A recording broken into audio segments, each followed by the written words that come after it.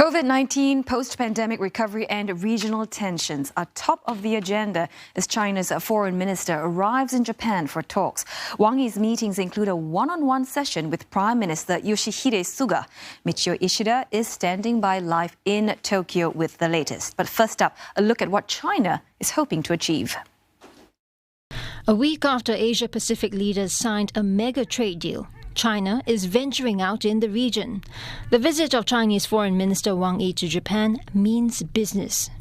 China itself believes in multilateralism and has shown in practice that multilateralism is the only way in order to deal with that kind of problems. Both countries are looking at ways to resume business travel as Japan grapples with another wave of infections while China races to produce an effective vaccine. Also on the agenda are regional and international issues, at a time when the U.S. is going through a change in leadership. Relations between Beijing and Washington are as tense as ever. 在这个共同的挑战面前，各国呢不要以邻为壑，不要奉行单边主义，而是要这个同舟共济、共度难关。这是习主席多次讲话中传递出的一个非常重要的信息。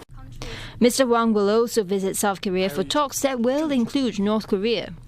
Regional tensions have heated up over China's maritime activities and its tightened control on Hong Kong. Japan and Australia have agreed to step up their military partnership. Well, as promised, Michio Ishida joins us live right now from Tokyo. So, Michio, maritime tension is clearly a key issue for both sides. What's been said about this?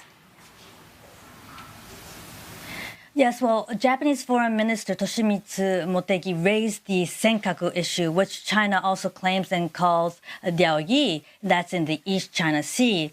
Now, Mr. Motegi said that he explained his position to Mr. Wang Yi and wants China to take appropriate measures.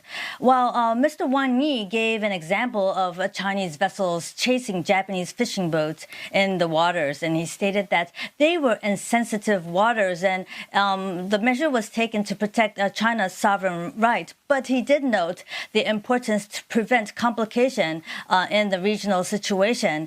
And if problems occur, he said that he will take measures through dialogue. Now, they also talked about efforts being planned by holding high-level bilateral meetings in December on maritime issues. And within this year, the two countries will set up a defense communication mechanism.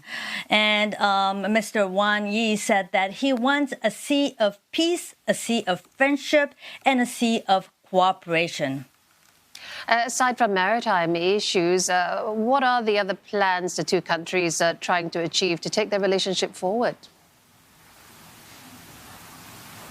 Well, of course, important is cooperation regarding COVID-19.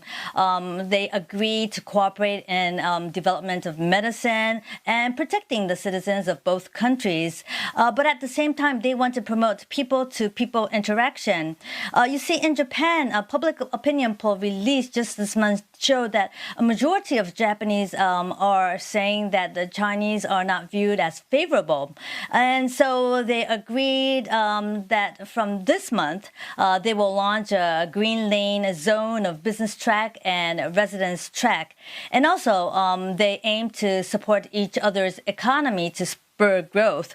Now, Mr. Motegi in particular asked Mr. Wang Yi that Japanese businesses in China be treated fairly and to be able to pursue with activities in China. Mr. Motegi also asked China to open up to Japanese farm products. If you recall, 10 years ago, there was the Fukushima nuclear crisis, and ever since, China has stopped importing Japanese farm products. Now, the good thing is that they agreed to support each other for the hosting of the Tokyo Olympic Games next year, and in Beijing, the Winter Olympic Games. And they agreed to cooperate in dealing with the environment and on climate change. They promised to prepare for the 50th anniversary of normalization of ties between the two countries. That's in 2022. So there have been some positive developments through the dialogue.